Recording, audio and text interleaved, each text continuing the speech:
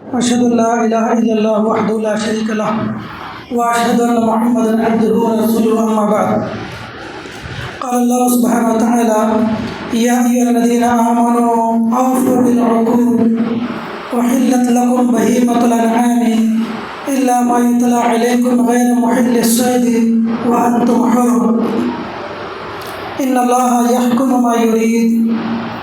قابل احترام حاضرین مجلس، میں نے آپ لوگوں کے سامنے سورۃ المائدہ کی ایک آیت کریمہ تلاوت کی ہے۔ سورۃ المائدہ یہ مدنی سورت ہے، اس میں 120 آیات اللہ رب العالمین نے نازل فرمائی ہیں۔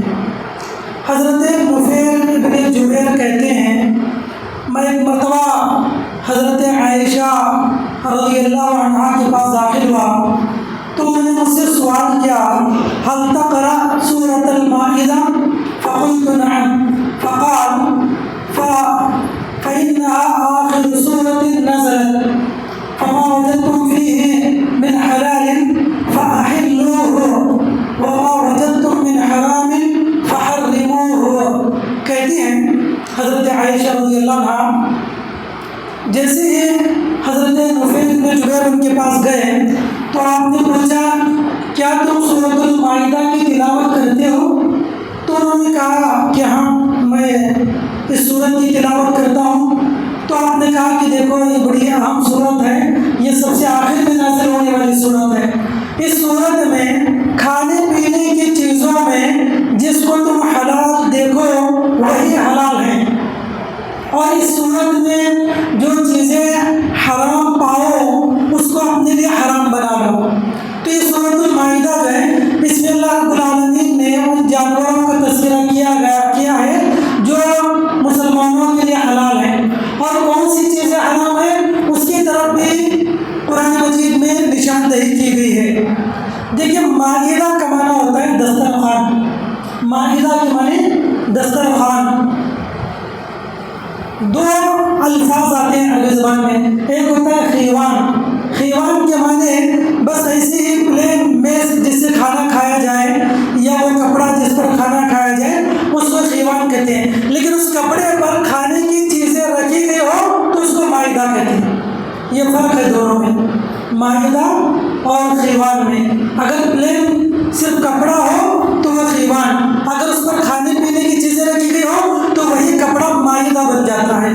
تو یہ جو ہے اس صورت میں، اس صورت کو اللہ رب العالمین نے نازل کیا ہے۔ اب اس کی وجہ تسمیہ کیا ہے وہ انشاءاللہ ہم لوگ دیکھیں گے آخر میں۔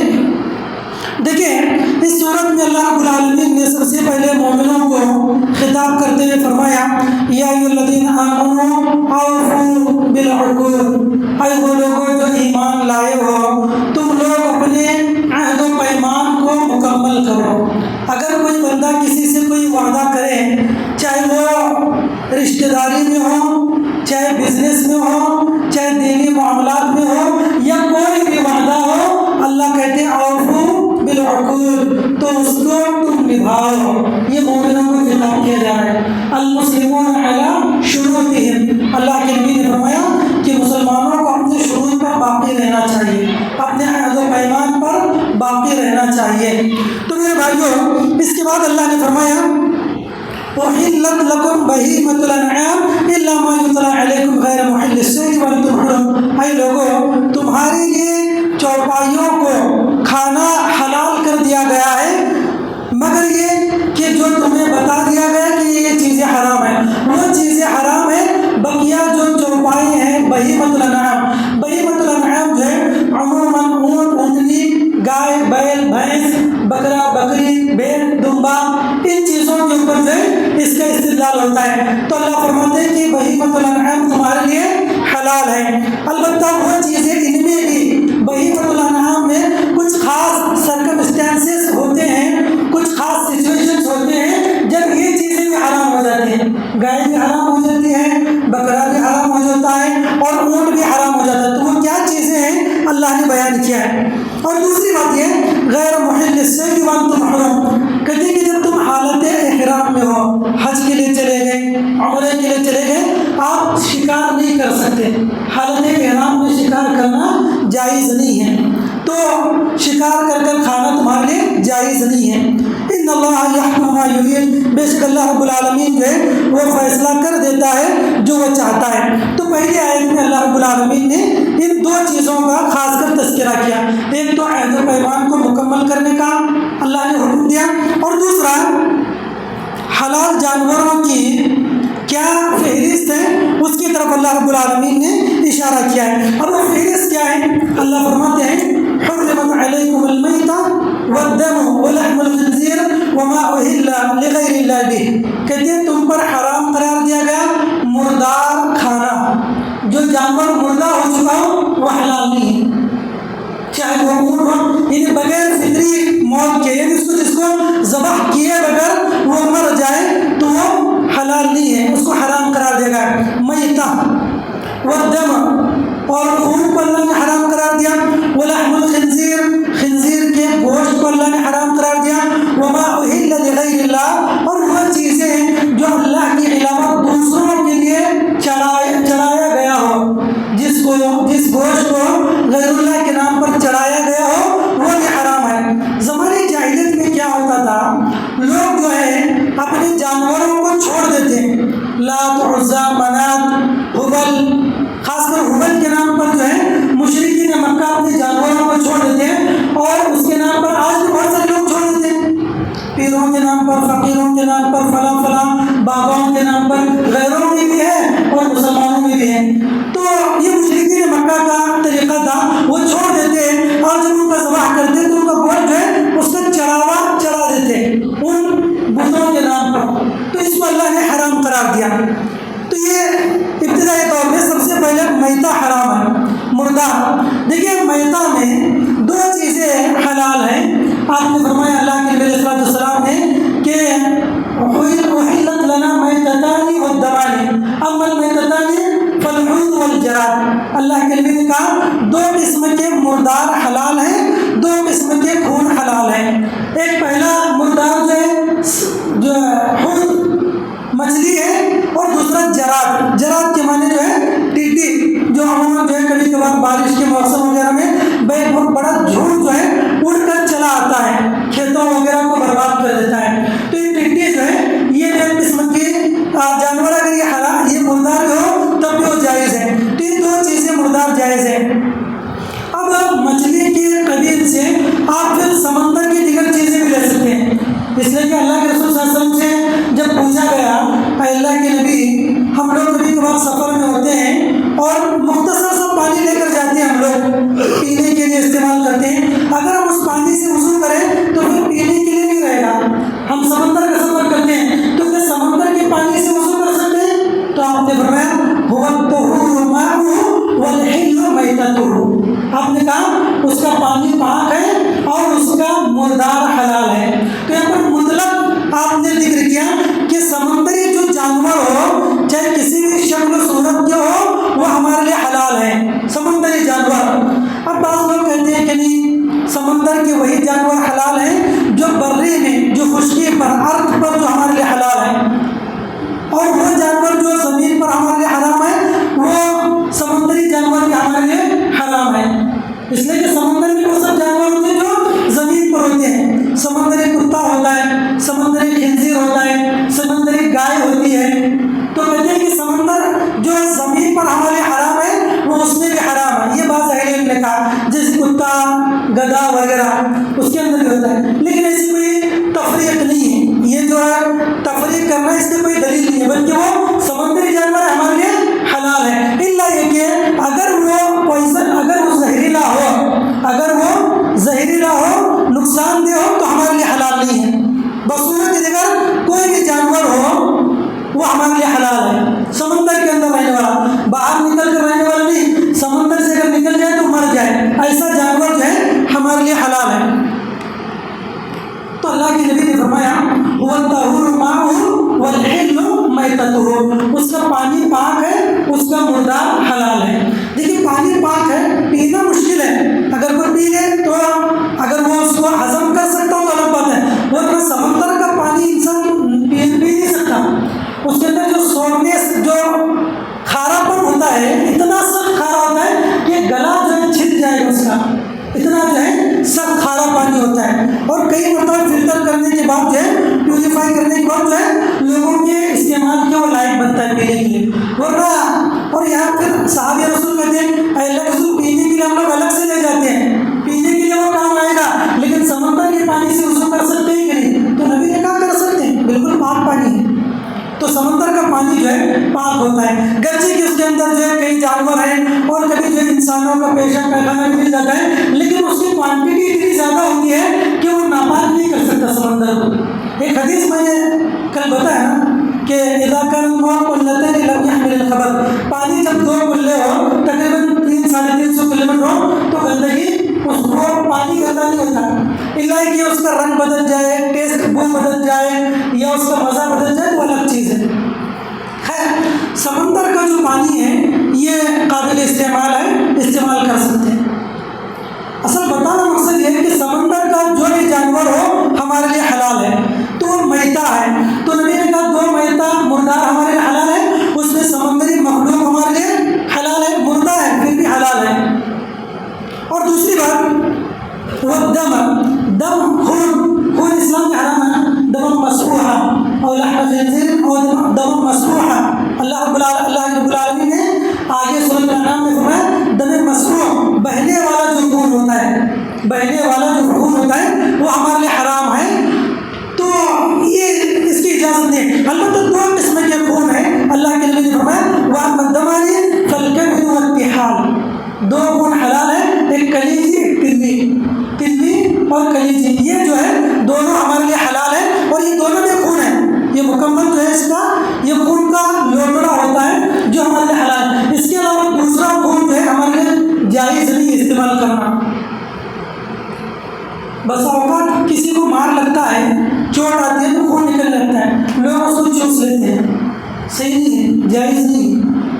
بہت سارے لوگ یہ جائز نہیں ہے، بلڈ جو ہے کوئی بھی دم مسفوح ہو اس کا چوسنا یا پی لینا جائز نہیں۔ دیکھیے قریشیوں میں بہت سارے جگہوں پہ دیکھا گیا ہے کہ جب جانور ذبح کرتے ہیں تو اس کا خون پکڑ لیتے ہیں، کسی برتن میں خون پکڑ لیتے ہیں، یا پھر جس جگہ پر ذبح کیا جاتا ہے وہاں ایک گڑھا ہوتا ہے، وہاں خون اس کے اندر ڈال دیتے ہیں خون۔ ان سے کہا جائے کہ حرام ہے تو کہتے ہیں ہم استعمال نہیں کریں، کوئی غیر مسلم آ کر استعمال کرے، تب بھی جائز نہیں ہے، آپ سبق بن رہے ہیں اس کے لیے، تو خون کو ندی میں بہا دینا چاہیے، یہ جائز نہیں ہے۔ خون کا پکڑنا بھی جائز نہیں ہے، خون کا ہمارے لیے استعمال کرنا بھی جائز نہیں ہے۔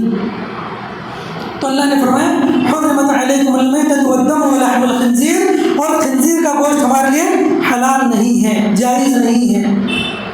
دیکھیے لحم الخنزیر جو ہے اس کے تعلق سے تو دیکھیے کہ اللہ رب العالمین نے فرمایا، اور سائنٹیفکلی بھی یہ چیز واضح ہے کہ اس کے بہت سارے نقصانات ہیں، اور انسان کے اندر سب سے بڑی چیز کیا ہے؟ فحاشی آ جاتی ہے۔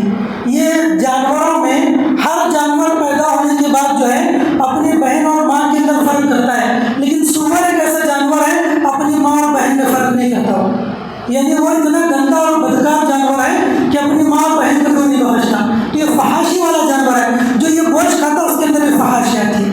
آج یورپ کے اندر دیکھیے یہی ماحول، تو یہ اس کا بہت بڑا نقصان ہے۔ تو یہ بہت ہی گندا جانور ہے، اللہ نے اس کو رچ کہا ہے، رچ بہت ہی گندا جانور ہے، ولحم الخنزیر۔ اور دیکھیے صرف جانور کا گوشت کھانا ہی حرام نہیں ہے، بلکہ اس کے پارٹس آف باڈی سے کوئی بھی سالٹ، خصوص جو اس کی چربی ہے اس کا فیٹ کئی پروڈکٹ کے اندر استعمال کیا جاتا ہے۔ بہت سارے لوگ جو ہے نادانستہ طور پر اس کو استعمال کرتے ہیں، کاسمیٹک کی چیزوں میں عورتیں بناؤ سنگار کی بہت ساری چیزیں استعمال کرتی ہیں، تو اس کے اندر یہ چیزیں ہوتی ہیں، کبھی ٹوتھ پیسٹ ہوتا ہے اس کے اندر بھی استعمال کیا جاتا ہے، کبھی جو لپسٹک ہے اس کے اندر استعمال کیا جاتا ہے، کبھی جو ہے برش ہے اس کے اندر استعمال کیا جاتا ہے، اس کی ہڈیوں کو، اس کے صفوف، اس کے پاؤڈر کو یا اس کی چربی کو، اس طرح کی بہت ساری چیزیں ہیں۔ آپ دیکھیے گوگل کر پورک کنٹینٹ جو پروڈکشن ہے اس کے اندر دیکھیے ای کوڈ کے ساتھ جو ملے گا E100 E100 کے ساتھ ہے تقریباً آپ کو 100 سے زیادہ اس طرح کی پروڈکشنز ملیں گے، گوگل کر دیکھنا، تو اس کے اندر ای کوڈ کے ساتھ جو ہے اس کے اندر انگریڈینٹس لکھے ہوتے ہیں کہ اس کے اندر فلاں فلاں کا جو ہے چربی مکس ہے، سوگر کا پورک مکس ہے، یہ چیزیں جو وضاحت کیے تھے، تو جائز نہیں ہے، یہ چیزیں جائز نہیں ہے، چاہے وہ کھانے پینے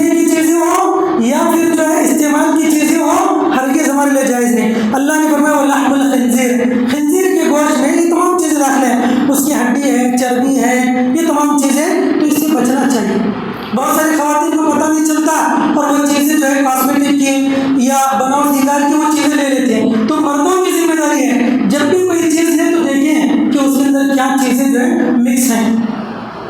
تو اللہ نے فرمایا وَلَحْمُ الْخِنزِيرِ وَمَا أُهِلَّ لِغَيْرِ اللَّهِ بِهِ، اور وہ چیزیں جن کو اللہ کے علاوہ غیر اللہ کے نام پر ذبح کیا گیا ہو. دیکھیں نبی کریم صلی اللہ علیہ وسلم کے زمانے میں ایک روایت، ایک شخص اللہ کے نبی کے پاس آیا اور آ کر کہنے لگا ان رجلا نذر ان ينحر ابلا ببوانة، ایک شخص نے بوانا نامی جگہ پر اپنے اونٹ کو ذبح کرنے کا ارادہ کیا. تو نبی سے پوچھنے لگا، تو نبی نے پوچھا، کہا هل فيها رجل من اوثانهم تعبد؟ قال لا. قال هل فيها عيد من اعيادهم؟ قال لا. قال اوف بنذرك. اللہ کے نبی سے جب اس نے کہا کہ اللہ کے نبی وہ بوانا نامی جو جگہ ہے میں وہاں پر وہ ذبح کرنا چاہتا ہوں، تو نبی نے پوچھا کیا وہاں پر ان کے بتوں میں سے کوئی بت ہے جس کی عبادت کی جاتی ہے؟ تو کہا کہ نہیں. پھر اللہ کے نبی نے پوچھا وہاں پر کوئی میلہ لگتا ہے ان کے میلوں میں سے؟ اس نے کہا کہ نہیں. تو اللہ کے نبی نے کہا کہ جاؤ تم ذبح کر سکتے ہو، اللہ کے نام پر ذبح کر سکتے ہو. دیکھیں یہاں پر غور کرنے کی بات یہ ہے کہ یہ جو بندہ پوچھ رہے ہیں، صحابہ رسول پوچھ رہے ہیں، یہ کہہ رہے ہیں اللہ کے نام پر میں ذبح کرنا چاہتا ہوں. تو اللہ کے نبی نے کہا کیا وہاں پر کوئی میلہ لگتا ہے، کیا کوئی بت ہے؟ تو اللہ کے نبی اس بندے نے منع کیا. تو نبی نے کہا کہ جائز ہے. معلوم یہ ہوا کہ اگر کوئی ایسی جگہ جہاں پر غیر اللہ کی عبادت ہوتی ہو وہاں پر اللہ کے نام پر ذبح کرنا بھی جائز نہیں. اللہ اکبر. دیکھیے وہاں پر غیر اللہ کے لیے ذبح کیا جاتا ہے، غیر اللہ کی عبادت ہوتی ہے، اللہ کے لیے بھی عبادت ذبح کرنا جائز نہیں. تو سوچو غیر اللہ کے لیے ذبح کرنا کیسے جائز ہو سکتا ہے؟ کتنا احتیاط ہے ذبیحہ کے معاملے میں. اسلام میں کتنا احتیاط کا پہلو بڑھتا ہے. تو دو تین مرتبہ جو ہے اللہ کے لیے قرآن کوشچن اس سے کیا، تب جب انہوں نے کہا کہ نہیں ہے تو آپ نے کہا کہ ٹھیک ہے آؤ فی نظر، جاؤ اپنی نظر پوری کرو. تو یہاں پر دیکھیں وما اہل لغیر اللہ بہ، وہ جانور جو اللہ کے علاوہ کسی غیر کے نام پر ذبح کیا گیا ہو، چاہے وہ ولی اللہ ہو، چاہے کوئی نبی ہو، چاہے کوئی پیغمبر ہو، کوئی مرشد ہو، کوئی بھی ہو، اگر اس کے نام پر کوئی جانور ذبح کیا جائے وہ ہمارے لیے حلال نہیں. بہت سارے لوگ کرتے ہیں مختلف مہینوں میں، کبھی رجب کے مہینے، کبھی شعبان کے مہینے میں، کبھی کسی مہینے میں جو ہے مختلف اولیاء کے نام پر جو ہے جانور ذبح کرتے ہیں. حرام ہے، اسلام میں جائز. اللہ کے علاوہ کسی کے لیے ذبح کرنا، لعن اللہ من ذبح لغیر اللہ، جو اللہ کے علاوہ کسی اور کے نام پر ذبح کرے اللہ رب العالمین کی اس پر لعنت ہوتی ہے. تو خیر میرے بھائیوں اس سے بھی بڑے سنگین جو وعید ہیں اس کے لیے. تو مردار حرام ہے، خون حرام ہے، سور کا گوشت حرام ہے، غیر اللہ کے لیے ذبح کیا گیا حرام ہے. اس کے بعد جو ہے والمنخنقۃ والموقوذۃ والمتردیہ والنطیحہ، کہتے ہیں ایسا جانور، ایسی بکری ہے جس کے گلے کی رسی پھنس کر وہ مر جائے. کبھی کبھی ایسا ہوتا ہے کہ انسان جانور کو باندھ دیتا ہے اور اس کے گلے کی رسی خود وہ گھوم کر جو ہے اس کے گلے کا پھندا بن جاتا ہے، اور گلے کے پھنس جانے کی وجہ سے روح قبض ہو گئی، وہ بھی ہمارے لیے حلال نہیں. وہ جانور بھی بس اوقات بہت سارے لوگ قربانی کے لیے جانور لے کر آتے ہیں اور اس کو گھر کے باہر باندھ دیتے ہیں اور وہ اجنبی جگہ پر پریشان ہے، گھومتا ہے اور اس کے گلے کا پھندا بن جاتا ہے وہی رسی. ایسا کئی مقامات پر ہوا ہے، لٹرلی کئی مقامات پر اس طرح ہوا ہے. تو ایسا جانور بھی ہمارے لیے حلال نہیں ہے، اس کو ذبح نہیں کیا جا سکتا. والمنخنقۃ والموقوذۃ، موقوذہ وہ جانور، وہ بکری جس کو لکڑی سے یا کسی چیز سے مار کر ختم کر دیا جائے، قتل کے ارادے سے نہیں، بس ایسے اس کو مار دیا گیا اور اس کی جان چلی گئی، ہمارے لیے جائز نہیں. والمتردیہ، تو ایسی بکری، ایسا جانور جو کسی اونچے سے دیوار سے، گھر کے چھت سے، پہاڑ سے گر کر مر جائے، وہ ہمارے لیے حلال نہیں. والمتردیہ والنطیحہ، ایسے دو بکرے جو آپس میں لڑ کر ایک دوسرے کی سینگ لگ جائے اور وہ مر جائے، وہ ہمارے لیے حلال نہیں. تو چار قسم کے جو ہے بکروں کے یہ جانوروں کا ذکر کیا گیا کہ جو پھانسی کے پھندے سے مر جائیں، جس کو کسی چیز سے مارنے کے بعد مر جائے، یا کسی اونچی جگہ سے گرنے کے بعد مر جائے، یا کسی جانور کے سینگ کو لگنے کی وجہ سے وہ جانور مر جائے، تو وہ بھی ہمارے لیے حلال نہیں ہے. وَمَا أَكَلَ السَّبُعُ إِلَّا مَا ذَكَّيْتُمْ، اسی طرح وہ جانور جس کو کسی درندے نے کھا رکھا ہو اور وہ جائے تو وہ بھی ہمارے لیے حلال ہے۔ کوئی جانور کھا لے، ہمارا اپنا جانور جس کو پال رکھا ہے اس کو کوئی درندہ آ کر جو ہے کھا لے، وہ بھی ہمارے لیے حلال ہے۔ وَمَا أَكَلَ السَّبُعُ إِلَّا مَا ذَكَّيْتُمْ۔ البتہ ایک یہاں پر جو ہے استثنائی صورت یہ ہے کہ کسی درندے نے حملہ کر دیا لیکن پھر بھی کسی نے آ کر اس درندے کو بھگا دیا، ابھی اس جانور میں جان باقی ہے، اس گائے میں، اس بکری میں، اس جانور کے اندر جو ہے جان باقی ہے، ہم نے فوراً اس کو ذبح کر دیا، وہ ہمارے لیے حلال ہے۔ حالانکہ جانور نے اس کو حملہ کیا، اس نے کچھ حصہ اس نے کھا لیا لیکن ابھی زندہ ہے، ہم نے اس کو ذبح کر دیا تو ہمارے لیے حلال ہے۔ اللہ فرماتے ہیں الا ما ذکیتم، جس کو تم نے ذبح کیا ہو، تو ذبح کے بعد تو تمہارے لیے حلال وہ چیز بن جاتی ہے۔ دیکھیں جانوروں کا ذبیحہ ضروری ہے، ذبح کیے بغیر جو ہے کوئی جانور ہمارے لیے حلال نہیں ہو سکتا۔ ہمارے ملک کے اندر ایک ایشو بہت زیادہ جو ہے ریز ہو رہا ہے، حلال یا جھٹکا، حلال یا جھٹکا کے نام سے، اور اس کے اوپر جو ہے بڑی سیاستیں بھی ہوتی رہتی ہیں اور جگہ جگہ جو ہے حلال جانور کی مخالفت بھی کی جاتی ہے، کہا جاتا ہے کہ جھٹکا ہی جو ہے چلے گا، جبکہ یہ ناجائز ہے۔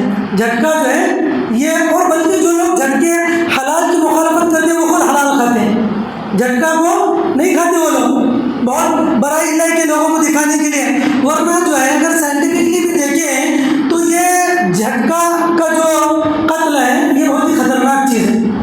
حلال کے معنی انسان کی جو ونڈ پائپ ہے کہ یہ ہے فن، جانور کی جو ونڈ پائپ ہے اس کو جو ہے ذبح کر دیا جاتا ہے، شہرک کاٹ دیتی ہے، اس کی وجہ سے اس کے جسم کا جتنا خون ہے وہ بہہ کر نکل جاتا ہے۔ جیسے ذبح کر دیا جائے اس کا جو دل ہے بلڈ اس تیزی کے ساتھ پمپ کرتا ہے کہ اس کے بلڈ ویسلز بالکل خالی ہو جاتے ہیں، پورے جسم کی جتنے وینس ہیں، رگیں ہیں خون کی، وہ تمام سے بلڈ نکل جاتا ہے اور وہ بالکل بلڈ سے خالی ہو جاتا ہے جانور۔ تو یہ جانور جو ہے مفید ہے انسان کے لیے۔ اور اس کے برعکس اگر کسی جانور کو گردن سے مارے یا کسی بھی طرح اس کے گردن کو الگ کر دیا جائے تو اس کا ہارٹ جو ہے بلڈ پمپ نہیں کرتا، اس کا جو خون ہے اس کے اعضاء سے نکلتا نہیں ہے اور اس کے جسم کے اندر باقی رہتا ہے۔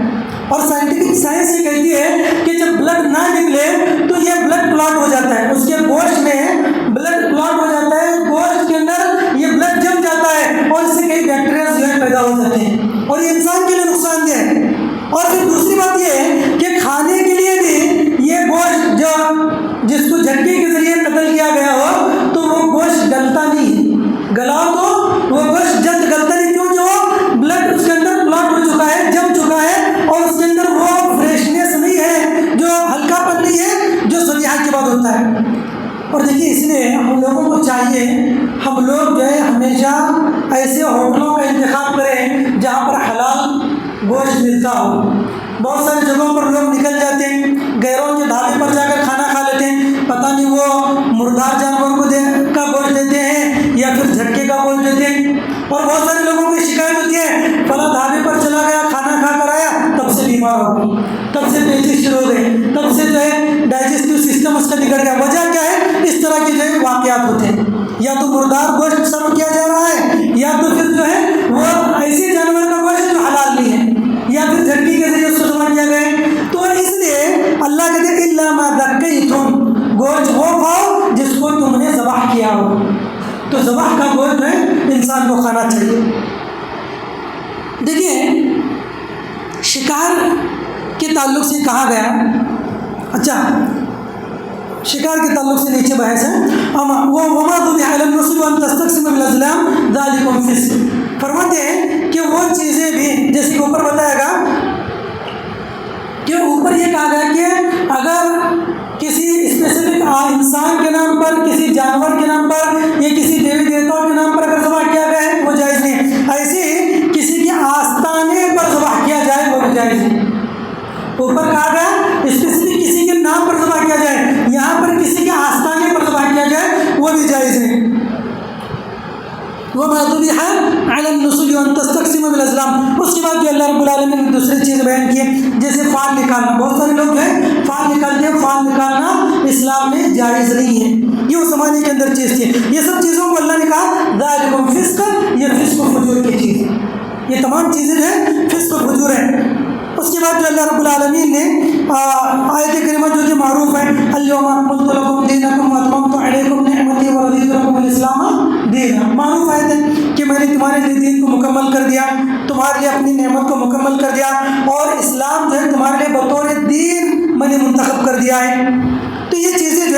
اللہ رب العالمین نے واضح کی ہے۔ اچھا، اس کے بعد دیکھیے فمن اضطر فی مخمصۃ غیر متجانف لإثم، کبھی کبھار انسان اتنا مجبور ہوتا ہے کہ اس کے پاس کھانے پینے کی کوئی چیز نہیں، سوائے مردار کے کوئی چیز اس کے پاس نہیں۔ ایسی صورت میں جان بچانے کی اتنا جو ہے چند لقمے وہ کھا سکتا ہے مردار جانور سے، یہ گنجائش بالکل آخری سچویشن میں دی گئی ہے۔ اور یہ بھی صرف جو ہے مردار کے بارے میں کہا گیا، خون کے بارے میں کہا گیا، یا غیر اللہ کے نام پر ذبح کیا ہوا نہیں، غیر اللہ کے نام پر ذبح کیا ہوا نہیں، بلکہ مردار جانور کو بس جان بچانے کے لیے بغیر بغاوت کے، بغیر جو ہے حد سے تجاوز کیے ہوئے یہ انسان کھا سکتا ہے۔ اس کے بعد جو ہے اللہ رب العالمین نے فرمایا یسألونک ماذا احل لهم قل احل لکم الطیبات، کہ اے نبی یہ لوگ آ کر آپ سے پوچھتے ہیں کہ ہمارے لیے کیا چیزیں حلال ہیں، تو تم بتاؤ کہ جتنی پاکیزہ چیزیں سب تمہارے لیے حلال ہیں۔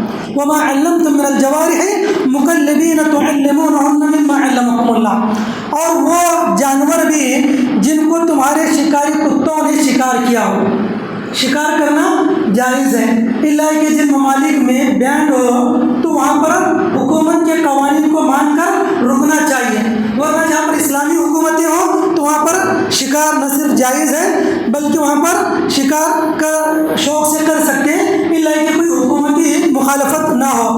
اچھا، وما علمتم من الجوارح، انسان خود شکار کرے یا کسی دھاردار چیز کے ذریعے شکار کرے یا بندوق کے ذریعے شکار کرے یا اپنا کوئی شکاری کتا جو ہے وہ چھوڑ دے، جو جا کر بسم اللہ کہہ کر چھوڑ دے، اور وہ جانور جو ہے وہ کتا جا کر کسی پر حملہ کرے اور حملہ کر کر اس شکار کو صرف روک کر رکھے، اس میں سے ایک لقمہ بھی نہ کھائے، اگر اس کتے نے ایک لقمہ بھی کھا لیا پھر ہمارے لیے وہ حلال نہیں، ہمارے لیے وہ جانور وہ شکار حلال نہیں ہے۔ اس کتے کی ذمہ داری صرف اتنی ہے کہ جا کر وہ حملہ کرے اور اس جانور کو روکے رکھے، تبھی وہ چیز ہمارے لیے حلال ہو سکتی ہے، اور اگر وہ اس میں سے ذرہ برابر بھی کھا لے تو پھر وہ جانور ہمارے لیے حلال نہیں ہو سکتا۔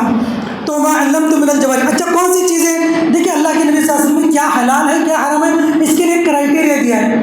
سارے رسول کہتے ہیں اللہ کے نبی علیہ السلام کے بارے میں کہ نہا رسول اللہ صلی اللہ علیہ وسلم عن كل ذي ناب من السباع وعن كل ذي مخلب من الطير، آپ نے کہا کہ درندوں میں ہر کچیلی دانت والا جانور حرام ہے، ہر کچیلی جس کے دانت ہو درندوں میں وہ حرام ہے، اور پرندوں میں وہ جانور حرام ہے جس کے جو اپنے پنجوں کے بل جو ہے حملہ کرتا ہو، اپنے پنجوں کے بل حملہ کرتا ہو تو وہ پرندہ ہمارے لیے حرام ہے۔ اس کے علاوہ جو ہے بقیہ چیزیں ہمارے لیے حلال ہیں، تو یہ چیزیں اسلام نے منع کیا ہے، اتنی چیزیں۔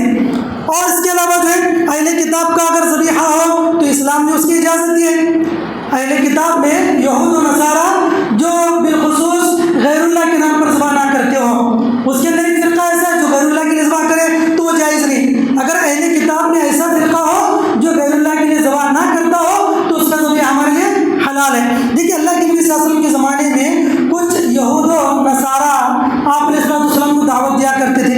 ایک یہودیہ خاتون نے آپ کو گوشت کی دعوت دی جس کے اندر اس نے زہر ملا رکھا تھا، تو اللہ کے نبی نے اس کی دعوت قبول کی، زہر کا علم آپ کو نہیں تھا لیکن اس نے دعوت دی، اپنی دعوت قبول کر لی، حالانکہ وہ یہودیہ ہے تو اس کا ذبیحہ حلال ہے، پاک ہے، استعمال کر سکتے ہیں۔ اس کے علاوہ ایک اور یہودی شخص نے آپ علیہ السلام کو ایک چیز دی، غالباً چربی وغیرہ، چربی اور روٹی، تو وہ بھی صحابہ کرام نے، صحابہ رسول نے لے لیا، نبی نے اس کے اوپر خاموشی اختیار کی اور مسکرانے لگے آپ علیہ السلام۔ تو اہل کتاب کا ذبیحہ بھی ہمارے لیے حلال ہے۔ تو یہاں پر جو ہے چند چیزیں بتائی گئی کہ ہمارے لیے حلال کیا ہے اور حرام کیا ہے۔ ایک تو درندوں میں جو کچیری دانت والے جو ہیں وہ درندے ہمارے لیے حرام ہیں، اور جانور اور پرندوں میں جو پنجوں کے ذریعے شکار کرتے ہیں وہ ہمارے لیے حرام ہے۔ اسی طرح سمندری چیزوں میں جیسے میں نے کہا سمندر کے اندر وہ زندہ ہو، باہر آنے کے بعد وہ زندہ نہ ہو تو وہ چیزیں ہمارے لیے حلال ہیں۔ البتہ ایسی چیزیں جو سمندر ہی میں رہتی ہوں لیکن وہ زہریلی ہوں تب بھی وہ ہمارے لیے حرام ہے، جائز نہیں، نقصان دہ چیزیں۔ اور کچھ چیزیں ایسی ہیں جو کچھ اندر اور کچھ باہر رہتی ہیں جیسے مگرمچھ وغیرہ، تو یہ ہمارے لیے جائز نہیں، یہ بھی ایک طرح کا افتراس ہے، چیر پھاڑ کر کھانے والی یہ چیز ہے۔ اس کے علاوہ جو ہے مچھلی ہے، کیکڑا ہے، پرانس ہے یا دیگر چیزیں ہیں تو وہ سب ہمارے لیے، ٹڈی ہے، یہ ہمارے لیے حلال ہے۔ تو یہ سمندری چیزوں کا اللہ رب العالمین نے ذکر فرمایا۔ اس کے بعد جو ہے اللہ رب العالمین نے وضو کا ذکر فرمایا، یا ایھا الذین آمنوا اذا قمتم الی الصلاۃ فاغسلوا وجوہکم وایدیکم الی المرافق وامسحوا برؤوسکم وارجلکم الی الکعبین وان کنتم جنبا فاطہروا وان کنتم مرضى او علی سفر او جاء احد منکم من الغائط او لمستم النساء فلم تجدوا ماء فتیمموا صعیدا طیبا فامسحوا بوجوہکم وایدیکم مما یرید اللہ لیجعل علیکم من حرج ولکن یرید لیطہرکم۔ بڑا تفصیلی جو ہے اللہ رب العالمین نے احکام بتائے۔ انشاءاللہ سورۃ النور کے اندر جب حضرت عائشہ رضی اللہ عنہ پر جب الزام لگایا گیا تو وہاں پر بھی جو تیمم کی آیات ہیں، وہاں انشاءاللہ اس کو ہم لوگ دیکھنے کی کوشش کریں گے۔ البتہ یہاں پر دیکھیے سورۃ المائدہ اس کا نام کیوں رکھا گیا؟ اس سورت کا نام جو ہے سورۃ المائدہ۔ مائدہ کے معنی جیسے آپ لوگوں کو بتایا، کیا معنی مائدہ کے؟ دسترخوان۔ جزاکم اللہ خیر۔ کون سا دسترخوان؟ جس پر کھانا رکھا گیا ہو۔ جب تک کھانا نہ رکھا گیا اس کو خیوان کہیں گے، مائدہ نہیں کہیں گے۔ کھانا نہیں ہو، صرف کپڑا ہو تو خیوان ہے، صرف میز ہو تو خیوان۔ اگر کھانا رکھا گیا تو وہی میز وہی دستر جو ہے ہمارے لیے مائدہ بن جاتا ہے۔ تو اس مائدہ ایک تو اس میں کھانے پینے کی چیزوں کا ذکر ہے، کون سی جانور حلال ہے کون سی حلال نہیں ہے، وہ تفصیلات اس کے اندر ہے، ایک وجہ۔ دوسری وجہ یہ ہے کہ یہود نصارہ نے حضرت عیسیٰ علیہ السلام سے ڈیمانڈ کی تھی، کہا تھا انہوں نے اذ قال الحواریون یا عیسی ابن مریم هل يستطيع ربك ان ينزل علينا مائدة من السماء قال اتقوا الله ان كنتم مؤمنين۔ حواری جو ہے، حواری کون تھے؟ عیسیٰ علیہ السلام کی ماننے والے۔ یہ حواریین جو ہے حضرت عیسیٰ سے کہنے لگے اے عیسیٰ ابن مریم، کیا تمہارا رب اس بات کی استطاعت رکھتا ہے کہ وہ آسمان سے ہمارے لیے دسترخوان نازل کرے، کہ ہمارے لیے آسمان سے کھانوں کے ساتھ دسترخوان نازل کریں؟ ان ينزل علينا مائدہ۔ تو اللہ کی حضرت عیسیٰ نے ڈانٹ دیا، کہا کہ اس طرح کی مطالبات نہ کرو، کہا قال اتقوا اللہ ان کنتم مؤمنین، اللہ سے ڈرو اگر تم ایمان والے ہو۔ تو وہ لوگ کہنے لگے کہ نہیں، کہ اے عیسیٰ تم دعا کرو۔ قالوا نريد ان ناكل منها وتطمئن قلوبنا ونعلم ان قد صدقتنا ونكون عليها من الشاهدين۔ اے عیسیٰ ہم چاہتے ہیں کہ آپ ہمارے لیے دعا کریں، دسترخوان نازل ہو، ہم اس سے کھائیں اور ہمارے دل مطمئن ہو جائیں، ہمارے دل مطمئن ہو جائیں اور ہم جان جائیں کہ آپ سچے ہیں، ہمارے ایمان میں اور اضافہ ہو جائے اور ہم گواہ بن جائیں گے آپ کی نبوت کے۔ تو اللہ حضرت عیسیٰ نے اللہ سے دعا کی، کہا قال عیسی ابن مریم اللهم ربنا انزل علينا مائدة من السماء تكون لنا عيدا لأولنا وآخرنا وآية منك وارزقنا وانت خير الرازقين۔ کہا حضرت عیسیٰ ابن مریم نے اے اللہ، اے ہمارے پروردگار، تو ہم پر آسمان سے مائدہ نازل فرما، دسترخوان نازل فرما، تاکہ یہ دن ہمارے لیے، پہلے والوں کے لیے اور آخری والوں کے لیے خوشی کا دن بن جائے۔ تکون لنا عیدا لاولنا، عید کا دن بن جائے، خوشی کا دن بن جائے۔ اے اللہ تو ہم پر دسترخوان نازل کر، بے شک اے اللہ ورزقنا وانت خیر الرازقین، تو ہمیں رزق عطا فرما، بے شک تو بہترین رزق دینے والا ہے۔ تو اللہ کے نبی حضرت عیسیٰ نے دعا کی تو اللہ نے تنبیہ کی، اس لیے کہ دیکھیے اس سے پہلے ایک ٹاپک تھا لیکن ہم لوگ چھوڑ دیا، آگے انشاءاللہ ہم لوگ دیکھیں گے کہ بنو اسرائیل جو ہے اس نے کتنے ڈیمانڈ کی، وہ انشاءاللہ ہم لوگ دیکھیں گے آگے۔ بنی اسرائیل نے موسیٰ علیہ السلام سے کیا کیا جو ہے ڈیمانڈس کیے تھے، ان کے مطالبات جو ہے اللہ نے قرآن میں جگہ جگہ بیان کیا ہے، تو ایسے ہی انہوں نے بھی ڈیمانڈ کیا۔ تو حضرت عیسیٰ کو بھی غصہ ہے، اللہ رب العالمین کو بھی غصہ ہے۔ اللہ نے فرمایا قال اللہ انی منزلها علیکم فمن یکفر بعد منکم فانی اعذبہ عذابا لا اعذب احدا من العالمین۔ کہا اللہ رب العالمین نے کہ عیسیٰ میں مائدہ تو نازل کروں گا، میں دسترخوان تو نازل کروں گا، لیکن اس کے باوجود بھی اگر کسی نے کفر کیا، کسی نے انکار کیا تمہاری نبوت کا، تو پھر اتنا سخت عذاب دوں گا کہ دنیا کے اندر اتنا سخت عذاب میں نے کسی کو نہیں دیا، اتنا سخت عذاب دوں گا۔ اعذبہ عذابا لا اعذبہ احدا من العالمین، اس سے پہلے یا اس کے بعد میں نے کبھی کسی کو اتنا عذاب نہیں دیا اور نہ دوں گا، اتنا سخت عذاب میں ان کو دوں گا، کیونکہ مطالبے کے باوجود جب ان کا مطالبہ پورا کیا گیا پھر بھی ایک ایمان نہ لائے تو ان لوگوں کو بہت برا انجام ہوگا۔ تو اللہ رب العالمین نے جو ہے بالآخر مائدہ آسمان سے نازل کیا اور بہت سارے لوگوں نے جو ہے ایمان لایا، کچھ لوگ باقی رہ گئے جن کے اوپر جو ہے ذلت و رسوائی اس کی جو ہے بہت زیادہ تفصیل اس کے اندر مذکور نہیں ہے۔ تو خیر انہوں نے مطالبہ کیا دسترخوان کا، تو اس مائدہ کے نام پر اس سورت کا نام مائدہ رکھا گیا ہے، دسترخوان والی سورت۔ اس کے بعد جو ہے جب یہ سورت ختم ہوتی ہے تو اس میں اللہ رب العالمین نے حضرت عیسیٰ سے کہا کہ عیسیٰ کیا تم نے اپنے حواریوں سے کہا تھا، قیامت کے دن اللہ تعالیٰ کہیں گے عیسیٰ سے کہ تم نے کہا تھا کہ یہ تمہاری اور تمہارے ماں کی عبادت کرے۔ وَإِذْ قَالَ اللَّهُ يَا عِيسَى ابْنَ مَرْيَمَ أَأَنْتَ قُلْتَ لِلنَّاسِ اتَّخِذُونِي وَأُمِّيَ إِلَٰهَيْنِ مِن دُونِ اللَّهِ، کہ مجھے اور میری ماں کو تم جو ہے معبود بنا لو، کیا تم نے کہا تھا؟ تو حضرت عیسیٰ کہیں گے یا اللہ سبحانک ما یکون لی ان اقول ما لیس لی بحق، سبحانک اللہ پاک ہے، اللہ میں کیسے کہہ سکتا ہوں، اور میری کہاں سے اتنی جسارت ہے، ما یکون لی کیسے کہہ سکتا ہوں میں کہ تم میری عبادت کرو، اور اگر میں کہہ بھی دیا ہوتا تو جانتا ہے، اے اللہ ان کنت قلتہ فقد علمتا، اگر میں نے یہ کہا ہوتا اے اللہ تجھے تو اس کا علم ہوگا ہی ہوگا، تو اللہ میں نے نہیں کہا تعلم ما فی نفسی ولا اعلم ما فی نفسی، اے اللہ میرے دل میں جو ہے وہ تو جانتا ہے، تیرے نفس کے اندر جو چیز ہے میں نہیں جانتا، انک انت علام الغیوب، اللہ تو بہت غیب کے جاننے والا ہے۔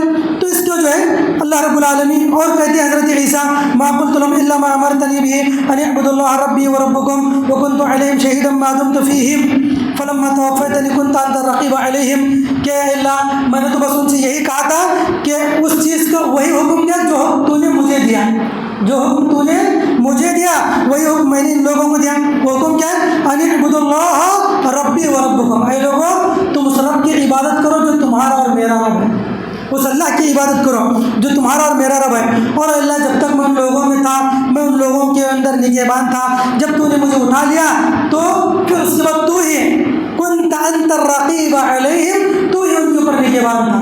جب میں وہاں سے آ گیا اب مجھے نہیں پتا کہ میرے پیچھے انہوں نے کیا کیا۔ اس سے بات معلوم ہوئی انبیاء کو علم غیب نہیں ہوتا، کہتے ہیں کہ جب میں وہاں سے آیا مجھے اس کے بعد کیا ہوا نہیں پتا، تو ہی جو ہے بہتر جانتا ہے۔ وانت علی کل شیء شہید، اور اللہ تو ہر چیز پر جو ہے نگہبان ہے، ہر چیز کو جاننے والا ہے۔ تو خیر یہ سورۃ المائدہ ہے جس میں 120 آیات ہیں، اور اکثر و بیشتر آیات میں اللہ رب العالمین نے انسانوں کے لیے جو چیزیں حلال ہیں ان کا ذکر کیا ہے، اور جس چیزیں حرام ہیں ان کا اللہ رب العالمین نے ذکر کیا ہے۔ اللہ تعالیٰ سے دعا ہے اللہ میں کہنے سننے زیادہ عمل صالح کی توفیق نصیب فرمائے۔ اللہ تعالیٰ ہم تمام مسلمانوں کو کتاب و سنت میں بتائی گئی باتوں پر عمل کرنے کی توفیق عطا فرمائے، آمین یا رب العالمین۔ السلام علیکم و رحمۃ اللہ۔